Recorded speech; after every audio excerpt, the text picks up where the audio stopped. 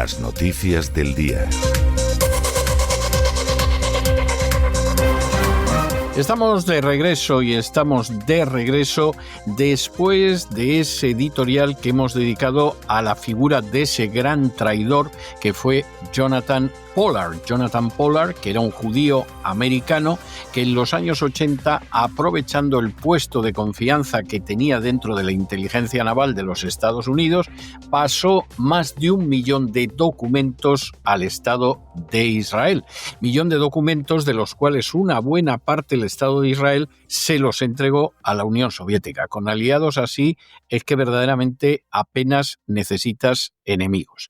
Durante años el Estado de Israel negó que hubiera en ningún momento trabajado Pollard para él, pero lo cierto es que ya llevaban años pidiendo que lo dejaran en libertad y que lo indultaran. Lo acabaron consiguiendo, lo consiguieron en la época del primer mandato de Donald Trump en la Casa Blanca y además después de haberle concedido la ciudadanía israelí. Esto implica realmente cuestiones muy serias. Por ejemplo, que el mayor desastre en la inteligencia americana no vino de mano de los soviéticos. Los soviéticos consiguieron algunos, pero a fin de cuentas eran enemigos y estaban infiltrados aquí. Vino de un ciudadano americano que consideró que la lealtad hacia el Estado de Israel era muchísimo más importante que la lealtad al país del que tenía un pasaporte.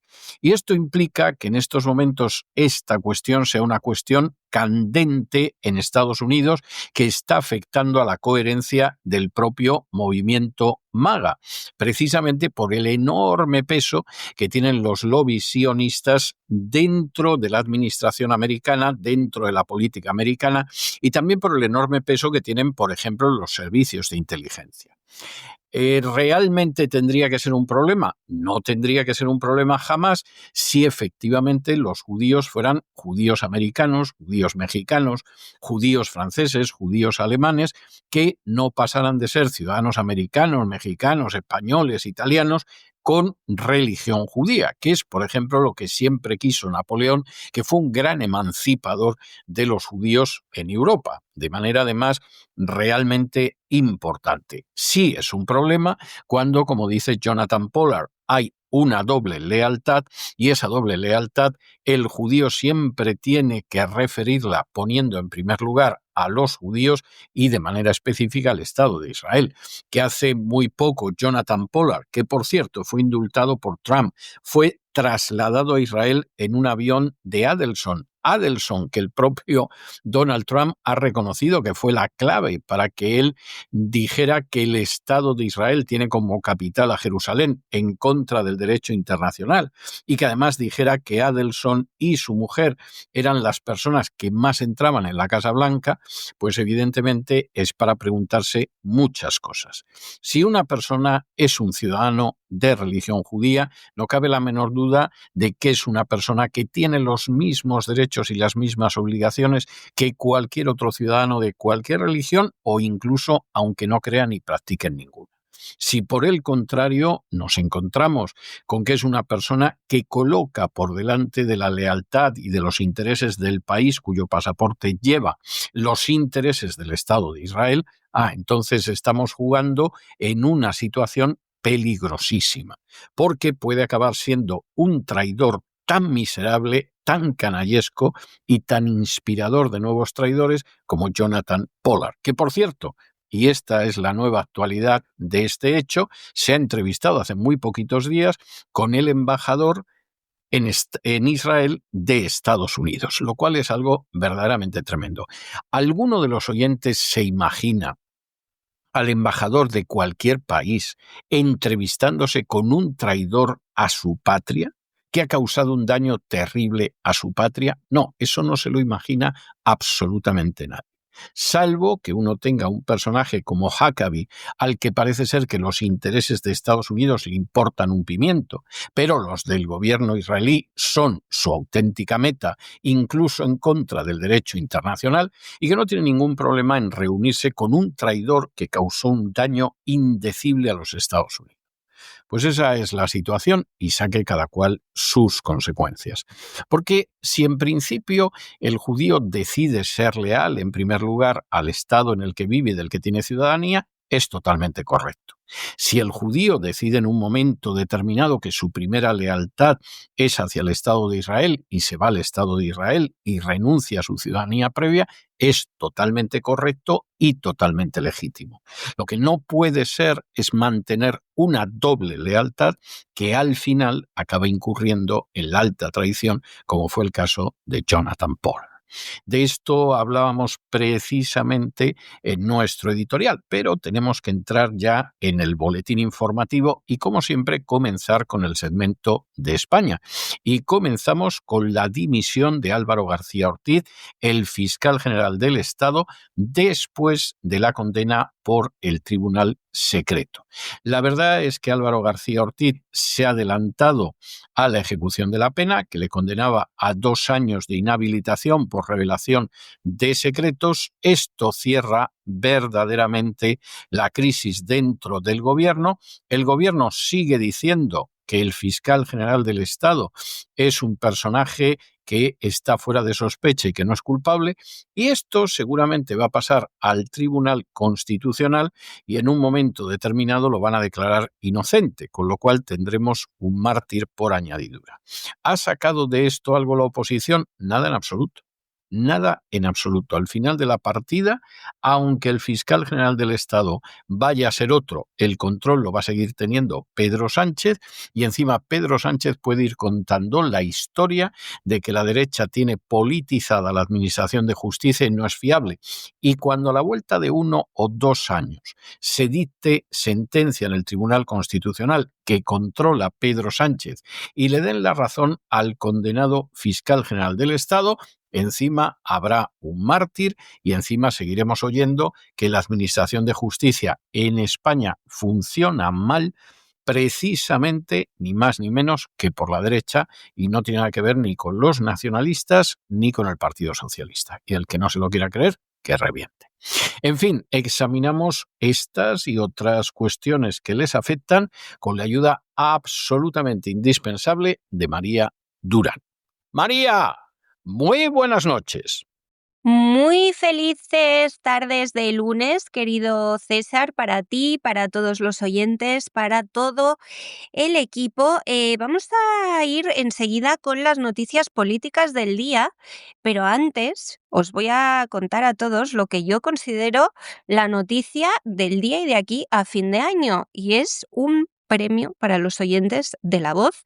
Esta Navidad, que ya se está acercando, pueden tener un año entero de análisis independiente, eso que nadie más les cuenta, por solo 52,50 euros. Si lo han oído bien, un 25% de descuento en la suscripción anual de César Vidal Televisión, contra la desinformación, contra la propaganda, a favor de la verdad y de la libertad. Esta es una oferta única e irrepetible, solo para quienes quieren entender el mundo sin filtros ni tutelas, y está disponible además hasta el Día de Reyes. Después desaparece, eso sí, hay que suscribirse cuanto antes para asegurarse de 12 meses del mejor análisis histórico, político, económico y cultural en español. Esta Navidad nos podemos regalar nosotros, o podemos regalar a quienes más queremos, esta oferta, tener criterio, poder desarrollar criterio propio con las mejores informaciones, con el código promocional, todo en mayúsculas y junto, Feliz Navidad 2025. Mayúsculas y junto, Feliz Navidad 2025. Y ahora sí, César, el fiscal general sanchista se va. El adiós de Álvaro García Ortiz ha sido un sí pero no, porque ha presentado hoy su dimisión a primera hora, pero ha sido un no también porque lo hace reivindicándose y dejando claro que pese a la condena, él se va, dice, con la conciencia muy tranquila. Ha renunciado mediante una carta dirigida al ministro de Justicia, Félix Bolaños. Lo hace después de que el Supremo lo condenara a 2 años de inhabilitación especial para ejercer como fiscal general por un delito de revelación de secretos. La sentencia, que aún está por publicar, implica que no va a poder seguir al frente del Ministerio Público. Su salida era cuestión de tiempo, pero él ha decidido adelantarse. Este detalle es importante porque marca el tono de su despedida. No se limita a irse por obligación, sino que intenta él mismo cerrar la etapa, controlar el momento y enviar un mensaje, además de evitar que la Fiscalía prolongue ese desgaste institucional. Es una forma de decir, me voy porque toca, pero también porque quiero.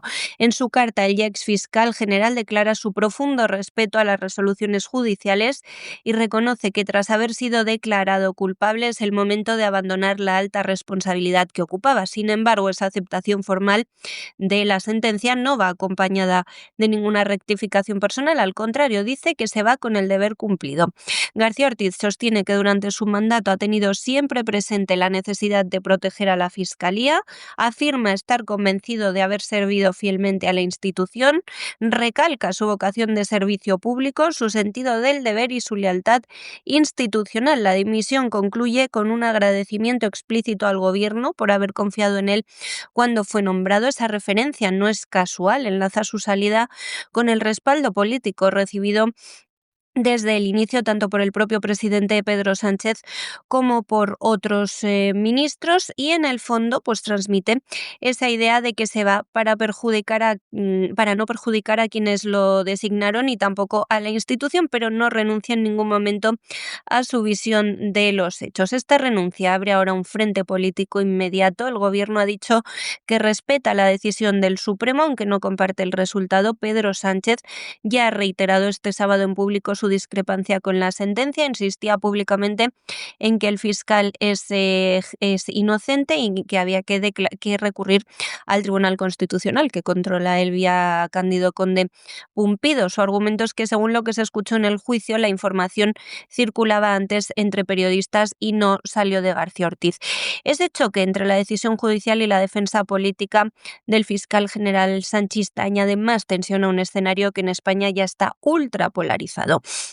En la misma línea, la portavoz del Gobierno, Pilar Alegría, negaba que el Ejecutivo hubiera pedido al fiscal en ningún momento que dimitiera, criticaba la falta de unanimidad del tribunal y la debilidad de los argumentos. A partir de aquí, el relevo queda en manos del Consejo de Ministros, que se reúne, ya sabe, mañana a las 9 de la mañana, primera hora en España. Primero hay que aceptar formalmente la renuncia, después se debe promover a un nuevo fiscal general que pase los trámites institucionales habituales.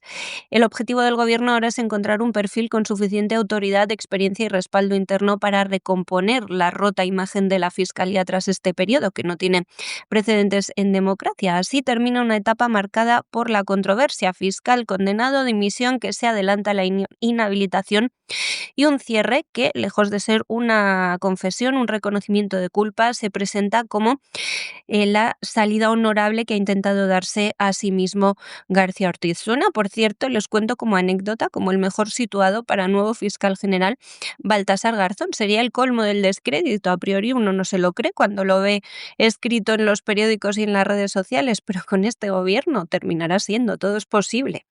Bueno, y aparece otra noticia verdaderamente de cuidado, porque Koldo García acaba de revelar que Pedro Sánchez se reunió nada más y nada menos que con el terrorista Arnaldo Otegi, al que, eso sí, Rodríguez Zapatero calificó de hombre de paz, para llegar a un acuerdo. Koldo recogió a Sánchez y a Santos Cerdán, que era el jefe de organización del Partido Socialista y que se ha pasado una temporadita en prisión preventiva, en el aeropuerto de Bilbao. Y en un Toyota RAV4 blanco de Ferraz, la sede del Partido Socialista en Madrid, se los llevó a un caserío donde los estaba esperando Arnaldo Otegi. Y en esta cita, en la que además tenía un papel importantísimo Anchón Alonso, socio de Servinávar y cercano a Arnaldo Otegi, cerraron apoyos para la moción de censura que en un momento determinado acabó llevando a la presidencia del Ejecutivo a Pedro Sánchez.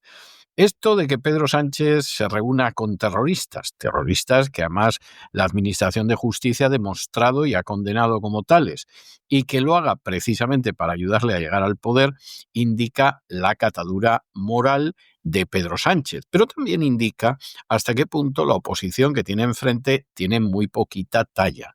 Y hasta qué punto cada vez que se hacen esos anuncios de Pedro Sánchez no se va a comer el turrón en la Moncloa, etcétera, etcétera, eso es puro wishful thinking, no es en absoluto un análisis realista de lo que sucede. Hombre, el último anuncio que decía que no se iba a comer los turrones fue el año pasado, nos estamos acercando a la época de volver a comer turrón y yo no diría que Pedro Sánchez está más cerca de irse que hace un año. Desde luego, yo no lo diría. Koldo García ha confirmado la información que este domingo publicaba en exclusiva el diario El Español sobre una reunión secreta celebrada en mayo de 2018 en un caserío del País Vasco, en el que habrían participado en el encuentro Pedro Sánchez, Santos Cerdán y Arnaldo Otegi. Según la reconstrucción que hace el periódico de los Hechos, la cita se producía en los días previos a la moción de censura que acabó llevando a Sánchez a la Moncloa, en un momento en que el PSOE buscaba asegurar apoyos parlamentarios decisivos. De acuerdo con las fuentes que presenciaron o conocieron directamente el encuentro, fue el propio Koldo, entonces chofer y escolta de los socialistas, en concreto de Pedro Sánchez y luego terminó siendo de Ábalos, el que recogió al hoy presidente del gobierno y a Santos Cerdán en el aeropuerto de Bilbao. Lo hizo a bordo de un Toyota RAV4 blanco que, según esas mismas fuentes, pertenecía al propio PSOE y estaba a disposición de la sede de Ferraz. Una vez en el vehículo, Koldo condujo durante aproximadamente media hora hasta ese caserío situado en una zona rural donde les esperaba Arnaldo Otegi, acompañado de personas de su máxima confianza. O sea, se reunieron con ETA. Pedro Sánchez, para la moción de censura a Rajoy, se reunió con ETA.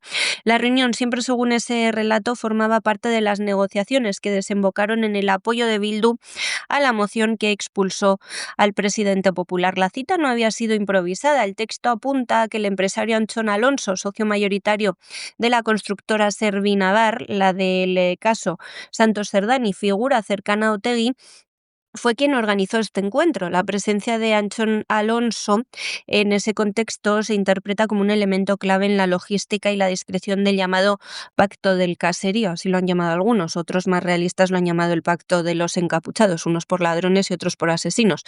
Es un episodio del que se habría hablado internamente en el entorno de Bildu y del PSOE desde hace años, pero que ahora vuelve al primer plano por esas declaraciones de Koldo. Y es que el periódico que ha revelado la noticia se puso en contacto con Koldo García para preguntarle directamente si había llevado a Sánchez y Cerdán a esa reunión en el caserío. La respuesta de Koldo fue tajante: es verdad lo publicado, yo no puedo desmentirlo bajo ningún concepto. Y es que desde el gobierno fuentes anónimas lo negaban, tanto al propio medio que publicó la exclusiva como a otros periódicos. Con esa frase, el exasesor de José Luis Ábalos validaba el contenido esencial de la exclusiva y confirmaba que actuó como conductor y enlace logístico de aquella cita. No añade más detalles, pero su afirmación coincide con lo narrado por las fuentes que habían trasladado la información al periódico. La confirmación de Koldo choca frontalmente con la versión del gobierno. Este mismo lunes, por cierto, después de que ayer se desmintiera a varios periódicos, el ministro Óscar López en público negaba rotundamente la existencia de la reunión en una entrevista televisiva. Decía que esa reunión es falsa, que nunca se produjo, y pedía a los periodistas que la verdad impere.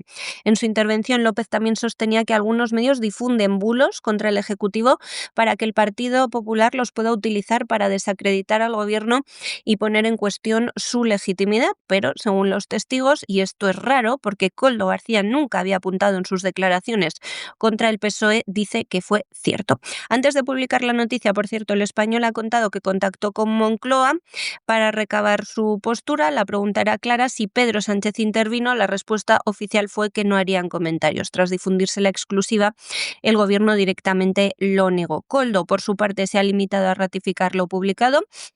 Le decía al periódico que no podía entrar en más explicaciones porque está a la espera de la vista prevista para este mismo jueves. Ya saben, en el Tribunal Supremo aquí les hemos contado cómo él y Ábalos tienen que comparecer para que el juez revise las medidas cautelares dictadas para que Leopoldo Puente, en el marco del caso que investiga la trama de presunta corrupción vinculada a contratos de mascarillas durante la pandemia y luego obras, decida si ingresan en prisión preventiva o no. Por ahora el relato queda así sostenido por las fuentes iniciales, la confirmación directa de Koldo, y eso sí, se mantiene la negativa tajante del gobierno. El resultado es un foco nuevo de presión política para el Partido Socialista, con versiones enfrentadas y un protagonista, Koldo, cuya palabra adquiere especial peso Y nos vamos de España a Hispanoamérica y concretamente a Venezuela, después de que Estados Unidos haya designado como organización terrorista al Cártel de los Soles y a Nicolás Maduro como su dirigente y por lo tanto también como terrorista.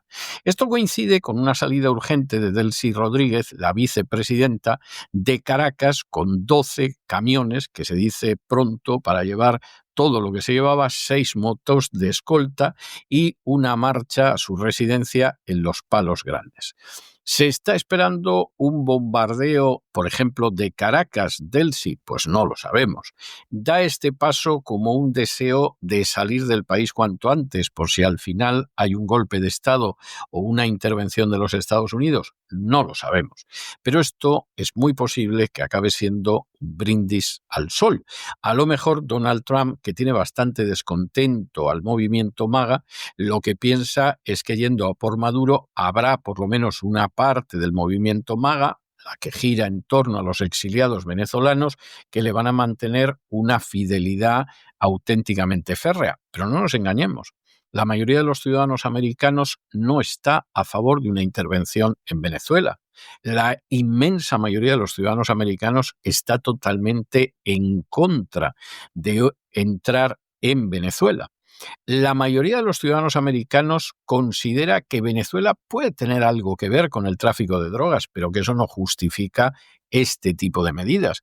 Y la mayoría de los ciudadanos americanos considera que entre las lanchas hundidas, supuestamente de narcos por parte de la Marina americana, pues hombre, sí, que algunas a lo mejor serán narcotraficantes, pero que con seguridad hay gente que simplemente pasaba por allí. De manera que, en fin, como medida para mantener contento al movimiento MAGA, muy pobre, ¿eh? Y eso suponiendo que no nos encontremos ante un brindis al sol y que esto últimamente lo esté haciendo Donald Trump, a ver si cuela, porque, desde luego, el primer socio comercial de Venezuela, y no ha dejado de serlo nunca, sigue siendo Estados Unidos. Este lunes, el presidente venezolano Nicolás Maduro, junto a otros miembros de su ejecutivo, ha sido designado como terrorista por el Departamento de Estados Unidos por pertenecer, según cree Washington, al Cártel de los Soles. La inclusión del cártel como organización terrorista permite así a Estados Unidos ejecutar nuevas sanciones contra el régimen venezolano y amplía el abanico de posibles acciones militares contra Venezuela, de acuerdo con el Pentágono. Recordarán que la semana pasada les anunciábamos aquí esa decisión que había hecho pública Pete Hegseth, secretario de Guerra de Estados Unidos. A partir de hoy, el Cártel de los Soles sería considerado organización terrorista y Estados Unidos considera que Maduro es el jefe de este cártel y, por tanto, es terrorista él mismo también. Por su parte, la vicepresidenta de Venezuela, Delcy Rodríguez, ha vuelto a situarse en el centro de la atención internacional. Según el periodista de investigación Casto Ocando, Delcy Rodríguez ha salido de su residencia en Caracas esta pasada madrugada con un amplio dispositivo de seguridad, apenas 2 horas antes de que Estados Unidos hiciera efectiva esa designación del cártel como organización terrorista extranjera. Claro, ella también es considerada una de las líderes de este cártel. La coincidencia temporal no es menor. El movimiento se ha producido en ese contexto de máxima presión estadounidense contra los más altos círculos del chavismo. De acuerdo con la información de este periodista, la salida tuvo lugar en la madrugada del 23 al 24 de noviembre desde la lujosa vivienda de la vicepresidente en Los Palos Grandes. Es una de las zonas más acomodadas de la capital venezolana.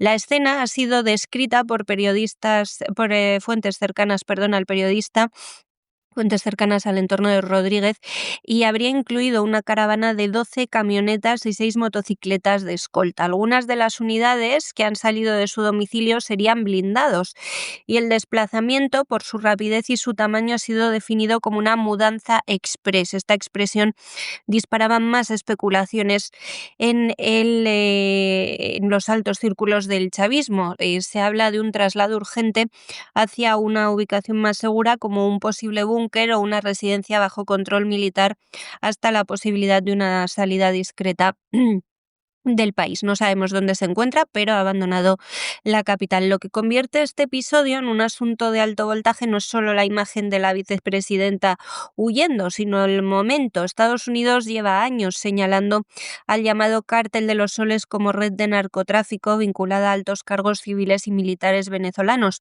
Esta nueva decisión de Washington, que ha entrado hoy en vigor, de designarlo como organización terrorista extranjera, supone ese cambio que ya les contábamos en el nivel respecto a las sanciones tanto individuales como colectivas que se pueden aplicar ahora y que ya se aplicaban de una manera mucho más laxa desde 2017, porque no es lo mismo castigar a personas concretas que etiquetar a toda una estructura como objetivo antiterrorista a sus activos, a sus familias, a sus cómplices.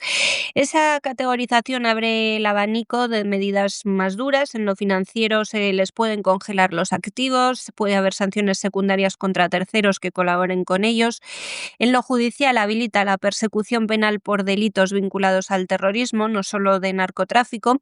Y en lo político-militar crea el marco legal para que Estados Unidos trate a los integrantes como amenazas transnacionales, con posibilidad incluso de operaciones en el exterior si detecta su presencia en terceros países. Hasta ahora ni Miraflores, ni el presidente, ni la vicepresidente han ofrecido ninguna explicación pública. Ese silencio alimenta aún más la incertidumbre porque deja abierto el interrogante sobre dónde se encuentra realmente Delcy Rodríguez, si se han producido más salidas del entorno, aunque parece que Maduro no ha abandonado Caracas, y por qué se produce ese desplazamiento tan aparatoso, esa mudanza que decía el periodista.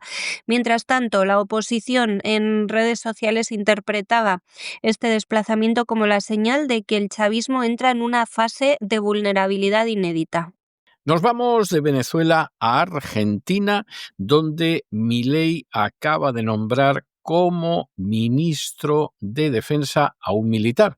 Y alguno dirá, ¿y qué noticia es esta? O sea, ¿qué noticia es que el teniente general Carlos Presti, que ahora mismo es el jefe del Estado Mayor del Ejército, se convierta en ministro de Defensa?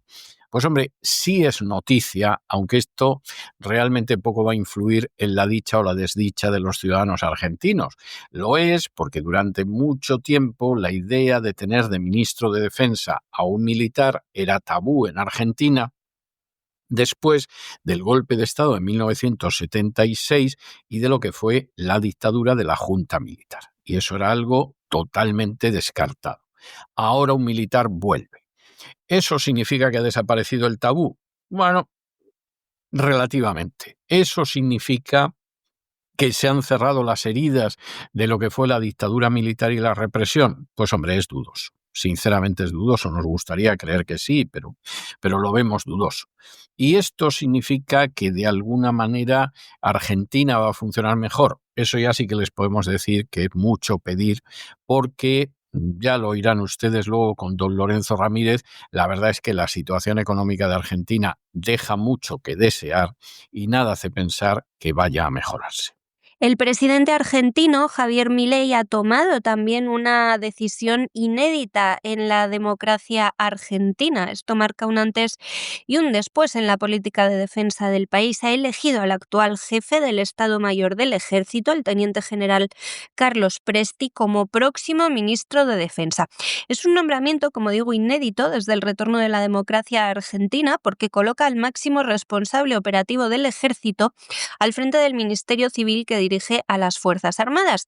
Junto a este movimiento, Milei también ha confirmado que Alejandra Monteoliva va a ser la nueva ministra de Seguridad, continuando una línea de acción ya conocida dentro del actual esquema gubernamental. Ambos van a asumir sus cargos el próximo 10 de diciembre.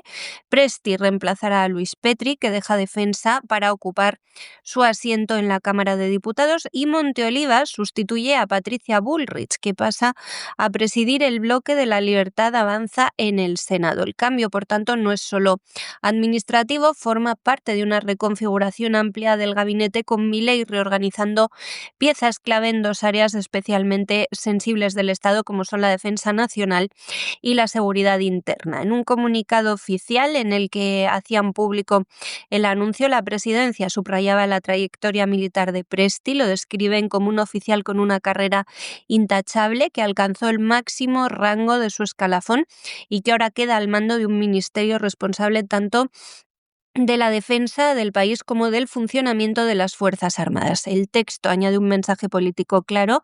El gobierno espera que la dirigencia abandone de una vez por todas la demonización de oficiales, suboficiales y soldados. Es una frase cargada de sentido en Argentina, donde la relación entre el poder civil y militar sigue atravesada por la memoria y por debates que nunca han terminado del todo. El propio Petri respaldaba públicamente la elección, decía que le reconforta saber que quien fue jefe del ejército durante su gestión continuará ahora como ministro de Defensa, y destacaba su capacidad, su compromiso y su lealtad a la patria. En seguridad, la designación de Alejandra Monteoliva también tiene una lectura de continuidad. Hasta ahora fue la número 2 de Patricia Bullrich y una figura central en esa conocida ya como doctrina Bullrich, la política de seguridad que ha implantado el país en los 2 últimos años y que apuesta por una lucha total y frontal contra el narcoterrorismo y las organizaciones criminales, con mucho énfasis en el control del orden público y la firmeza policial. En conjunto, Milei apuesta así por mandar un doble mensaje: en defensa, un giro histórico al colocar a un militar en el ministerio; en seguridad, la continuidad de un modelo duro contra el delito. Y nos vamos de Hispanoamérica a la información internacional, en la que parece ser que Donald Trump, a cuyo plan de paz dedicaremos el editorial de mañana, Dios mediante, ha decidido que lo puede mover un poquito para incluir algunas peticiones de Ucrania, es decir, de Zelensky, no se engañen. Entre esas peticiones, ¿cuáles estarían? Pues hombre, estarían, por ejemplo, que hubiera un indulto que cubriera a todos los delincuentes ucranianos relacionados con la guerra, y en primer lugar a Zelensky. Zelensky, que desde luego no cuenta con las simpatías de Donald Trump, que lo ha calificado de ingrato, lo cual en parte es verdad y en parte no lo es. Y mientras tanto, como ustedes se pueden imaginar, por supuesto que Ucrania pierde territorio que nunca debió de estar dentro de las fronteras de Ucrania, eso también hay que decirlo. Por supuesto que el ejército ucraniano va a verse reducido drásticamente, y por supuesto que Ucrania no va a entrar en la OTAN. Al final, esta es una guerra donde quien se ha beneficiado, y se ha beneficiado de una manera absolutamente extraordinaria, han sido las multinacionales, que van a saquear Ucrania, si Dios no lo remedia, por lo menos para los próximos 2 siglos. Y el resto a verlas venir. Y las naciones europeas haciendo el ridículo. Y Rusia imponiéndose, como lo dijimos desde el principio. Y Estados Unidos, pues hombre, contentos, porque como decía el general Marshall, lo que favorece a la General Electric favorece a los Estados Unidos. Es decir, lo que favorece ahora a BlackRock y a otras compañías multinacionales a costa del saqueo, el expolio y el robo de los ucranianos, pues se supone que favorece, en fin, es dudoso, pero se supone, a los Estados Unidos. Washington y Kiev han anunciado mediante un comunicado conjunto que, tras varias rondas de conversaciones mantenidas en Ginebra, han acordado elaborar un marco de paz actualizado y perfeccionado para poner fin a la guerra entre Ucrania y Rusia. Ambos gobiernos subrayan que cualquier acuerdo futuro deberá respetar plenamente la soberanía ucraniana, una línea roja que, según el texto, ha guiado todas las discusiones. La Casa Blanca describe las reuniones como constructivas, centradas, respetuosas y productivas, asegurando que han permitido avances significativos para acercar posiciones y fijar próximos pasos claros.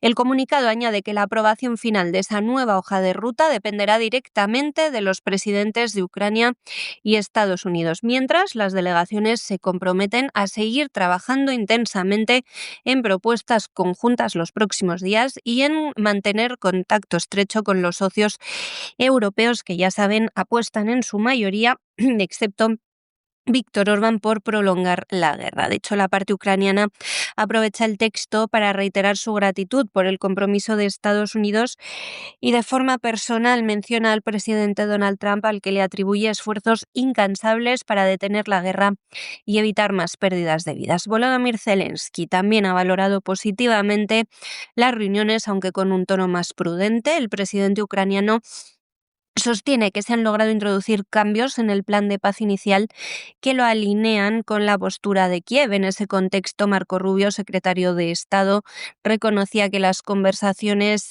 aún han dejado puntos pendientes por revisar con Ucrania, pero que ninguno de esos flecos es insalvable. Trump, por su parte, respondía este fin de semana a los periodistas sobre el plan de 28 puntos. Decía que no es definitivo, no es mi oferta final. Insistía en que su objetivo es lograr la paz cuanto antes, aunque preguntado por un periodista sobre qué pasaría si Zelensky no acepta el nuevo plan, Trump respondía con dureza: si no lo hace, Ucrania podrá seguir combatiendo con todo su corazón. La propuesta estadounidense, pese a no haber sido presentada formalmente como documento oficial único, ha circulado en medios y gobiernos. Aquí ya les fuimos contando con cuentagotas todo lo que íbamos sabiendo. Sus puntos más controvertidos son la cesión del este de Ucrania y la reducción de las fuerzas armadas, que ya han sido rechazados por varios aliados de Zelensky. Los países europeos en su mayoría insisten en que la integridad territorial ucraniana no puede negociarse bajo presión. La tensión política también se ha notado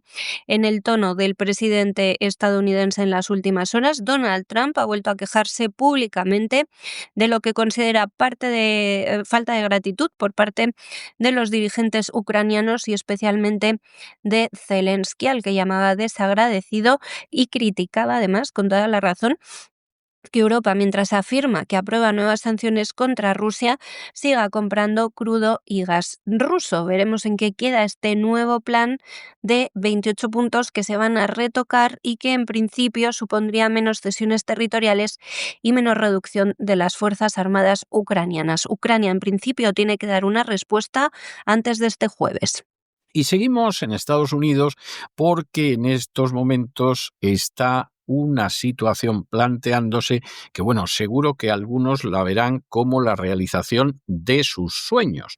Y es que Zapatero podría ser objeto de sanciones por parte de Estados Unidos. ¿Y esto por qué? Bueno, pues porque ustedes recordarán que había un personaje muy vinculado al régimen venezolano que se llamaba y se llama Hugo Carvajal, más conocido como el Pollo Carvajal. Personaje que cuando llegó a España ofreció brindar a la justicia española los datos que tenía sobre el apoyo que había dado y que estaba dando Rodríguez Zapatero, primer ministro socialista que llegó al poder en el año 2004 gracias a una matanza terrorista, y que iba a dar datos que permitían procesar a Rodríguez Zapatero. Mira tú qué casualidad que la justicia española, en vez de iniciar acciones de ese tipo, decide que extradita al Pollo Carvajal a los Estados Unidos y se acabó la posibilidad de procesar a Zapatero en España. En el año 2023, el Pollo Carvajal llega a Estados Unidos y en Estados Unidos empieza a hablar. Y en estos momentos, en Estados Unidos, se está revisando la actividad económica y el patrimonio de Zapatero pidiendo colaboración a España, a ver si es verdad que Zapatero se ha dedicado a colaborar con el régimen de Venezuela. Que Zapatero ha colaborado con el régimen de Venezuela, colabora y previsiblemente seguirá colaborando, no tiene discusión. Eso no tiene la más mínima discusión. La cuestión está en qué va a quedar eso. ¿Va a quedar en una orden internacional de arresto contra Zapatero? Bueno, es dudoso. Es dudoso que se vaya a llegar hasta ese punto. ¿Podrían llegar a embargarle los jueces americanos el patrimonio a Zapatero en Estados Unidos?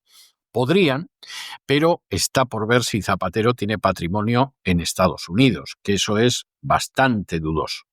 Podrían incluirlo en una lista de sanciones que, por ejemplo, haga difícil que viaje a Estados Unidos o que realice determinadas actividades en Estados Unidos. Pues sí, podría darse también.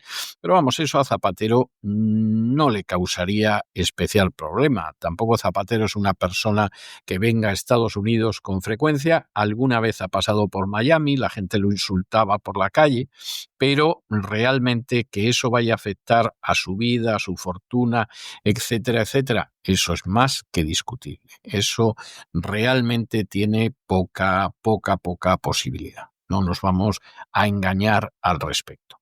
De manera que no le demos especial vuelta al asunto. Es cierto que hay gente que celebraría que Zapatero fuera a la cárcel, que Pedro Sánchez fuera a la cárcel, que Montoro fuera a la cárcel, que Rajoy fuera a la cárcel. Pero una cosa es lo que se celebra y otra cosa es lo que es realista esperar. Y esperar que haya una orden de arresto contra Zapatero cursada por un juez americano, eso no es realista. Le guste a quien le guste y le disguste a quien le disguste.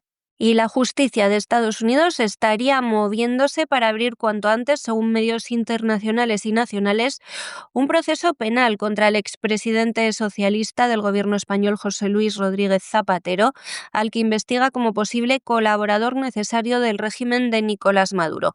La iniciativa se apoya, según se relata en las últimas revelaciones del exjefe de la inteligencia militar de Hugo Chávez, el Pollo Carvajal, cuyo testimonio habría sido considerado clave para impulsar esa vía judicial. Si la investigación desemboca en una imputación formal, las consecuencias pueden ser especialmente graves tanto para Zapatero como para nuestro país. Se producirían desde embargo de bienes a medidas judiciales internacionales, incluida una eventual orden de arresto.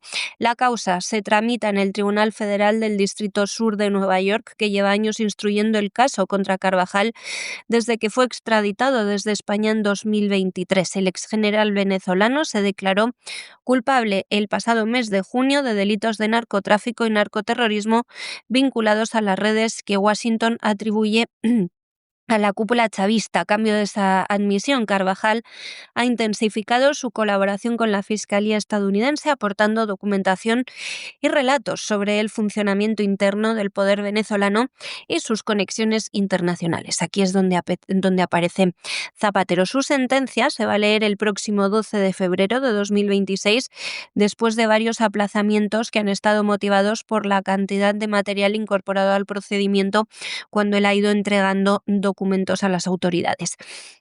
En este marco, Carvajal habría aportado datos precisos sobre presuntos pagos a Zapatero procedentes del gobierno venezolano a través de la petrolera estatal, siempre señalada en diversos casos de corrupción, PDVSA. Esta acusación no se limitaría a una sola operación. El exmilitar también habría señalado otros negocios vinculados al sector energético y la existencia de una red de intermediarios y colaboradores financieros que habrían facilitado estas relaciones. En ese esquema aparece citado Jorge Rodríguez como principal enlace político de Zapatero con Maduro. Jorge Rodríguez es el presidente de la Asamblea del Parlamento venezolano y hermano de Delcy Rodríguez. A partir de los documentos entregados por Carvajal, las autoridades estadounidenses habrían solicitado colaboración en España, lo llevan claro, para revisar movimientos financieros, incrementos patrimoniales y posibles estructuras de testaferros relacionadas con el expresidente socialista español. En paralelo, el Departamento de Estado estaría calibrando el coste diplomático de sancionar a Zapatero. Sobre la mesa hay medidas desde relativamente limitadas hasta un castigo económico muy contundente, con la intención de lanzar una señal a quienes Washington considera aliados internacionales del chavismo. Entre esas opciones de sanciones a Zapatero figuraría la inclusión en la lista OFAC, lo que implica congelación de sus activos en Estados Unidos y un fuerte bloqueo financiero y comercial para cualquier entidad que operase con el sancionado, también para los particulares. Por ahora no hay confirmación pública de una imputación formal por parte de Estados Unidos. Lo que conocemos son las investigaciones, las decisiones políticas y judiciales que puedan venir todavía hay que esperarlas, pero si la justicia estadounidense da el paso, este caso colocaría a un expresidente español en el centro de una ofensiva internacional contra el régimen venezolano, con repercusiones jurídicas enormes y un inevitable impacto político en la relación entre Estados Unidos, Venezuela y España. Y hasta aquí hemos llegado con nuestro boletín de hoy. María, muchas gracias, muy buenas noches, hasta mañana, Dios mediante. Es todo por hoy, César. Nos oímos ya mañana martes, hasta misma hora. Hasta entonces, que paséis tú y todos los oyentes y el equipo una muy feliz noche. Un abrazo. Y ustedes no se nos vayan porque ya se dibuja sobre la línea del horizonte la silueta gallarda de don Lorenzo Ramírez, que con paso firme y decidido se encamina hacia el avión del Despegamos para darle el niquelado cotidiano a la economía mundial. Y después del Despegamos tendremos, como todos los lunes, nuestro programa doble y sesión continua en La Voz dedicado a la cultura hispánica. Don Lorenzo Ramírez se quedará un ratillo más con nosotros en el Así fue España, en el que seguiremos hablando de la vida del Cid Campeador. Y luego, en la segunda parte de nuestro programa doble y sesión continua dedicado a la cultura hispánica, vendrá doña Sagrario Fernández Prieto con sus palabras al aire para enseñarnos a escribir y hablar siquiera un poquito mejor en español. De manera que no se vayan, que regresamos enseguida.